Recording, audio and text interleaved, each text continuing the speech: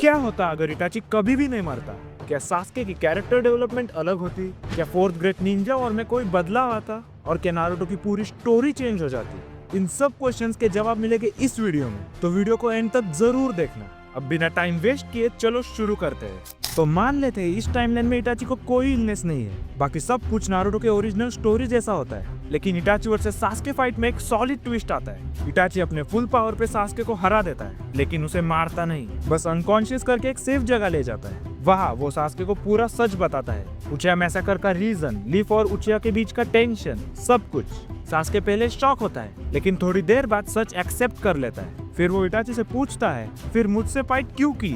Itachi उसे जवाब देता है, तुझे स्ट्रांग बनाना था और ओरोचिमारू का कर्स मार्क भी हटाना था। लेकिन जैसे ओरिजिनल टाइमलाइन में हुआ था, सच सुनने के बाद सास्के का लीफ के लिए गुस्सा और बढ़ जाता है। अब क्योंकि इटाची जिंदा है, सास्के के पास मांगेक्यो शारिंगन नहीं है, तो ऑब्वियसली वो थोड़ा वीक हो चुका है। दूसरी तरफ इटाची की आंखों की हालत खराब हो चुकी है, शारिंगन ज्यादा स्पैम करने की वजह से। इसीलिए वो जाता है उस जगह जहाँ ओबिटो ने उचियास के शारिंगन स्टोर किए थे। वहाँ से वो फुगाकू की शारिंगन लेता है and finally Itachi unlocks his EMS और इस सब के बीच पेन हिडन लीफ को डिस्ट्रॉय कर देता है। आगे 5 कागे समिट वैसे ही होती है जैसे ओरिजिनल स्टोरी में हुई थी, पर अभी भी सास्के को डांजो से बदला लेना है, इसीलिए वो उसके पीछे पीछे चला जाता है। लेकिन सास्के अभी थोड़ा वीक है, डांजो उसे इजीली ओवरपावर कर देता है। तब भी एंट्री होती है इटाची की। वो आता है और सास्के के साथ मिलकर डांजो को मार देता है। इटाची अब समझ चुका है कि अगर सास्के को सुधरना है या उसे लीफ विलेज वापस लाना है, तो ये सिर्फ नारुतो ही कर सकता है। अब fourth great Ninja war start हो चुका है और बैटलफील्ड पे सारे रीएनिमेटेड शिनोबीज आ चुके हैं,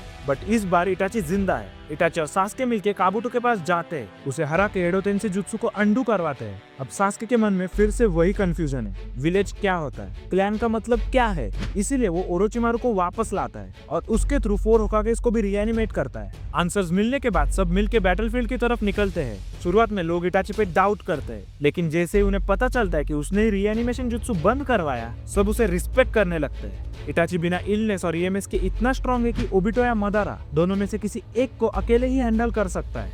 मदारा इन्फिनिट सुकुयोमी कास्ट कर देता है। ओरिजिनल टाइमलाइन में सास्के अपना सुसानो यूज करके टीम 7 को बचाता है, लेकिन इस बार उसके पास मांगेक्यो शारिंगन नहीं है, तो इस बार इटाची अपने सुसानो के अंदर टीम 7 को लेता है। उसके बाद कागुया भी रिवाइव होती है। कागुया फाइट में नारुतो और सास्के मिलके उसे सील करते हैं। सास्के थोड़ा वीक जरूर है, लेकिन इटाची के साथ ट्रेनिंग करने से उसकी स्किल काफी इंप्रूव हो गई है। अब फाइनल वैली में नारुतो और सास्के की फाइट होती है। बस फर्क सिर्फ इतना ही है कि यहाँ नारुतो थोड़ा ज्यादा स्ट्रांग है, इसीलिए वो सास्के को हरा देता है। वैसे ओरिजिनल टाइमलाइन में भी एंड में सास्के ने अपनी डिफीट एक्सेप्ट कर ली थी।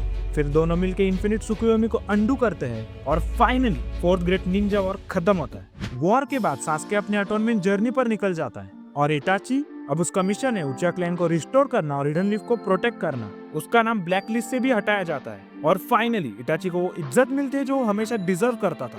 लेकिन end of the day Kishimoto ने इटाची को एक सैक्रिफाइस का सिंबल दिखाने के लिए बनाया था। अगर वो जिंदा होता तो शायद सास्के कभी इतना स्ट्रांग नहीं बन पाता, क्योंकि उसकी ग्रोथ इटाची की डेथ के बाद हुई। पर इस व्हाट इफ वीडियो में हमने देखा कि अगर इटाची जिंदा रहता तो नारुतो वर्ल्ड कितना अलग होता। तो अगर आपको भी इटाची पसंद है तो इस चैनल को सब्सक्राइब करना।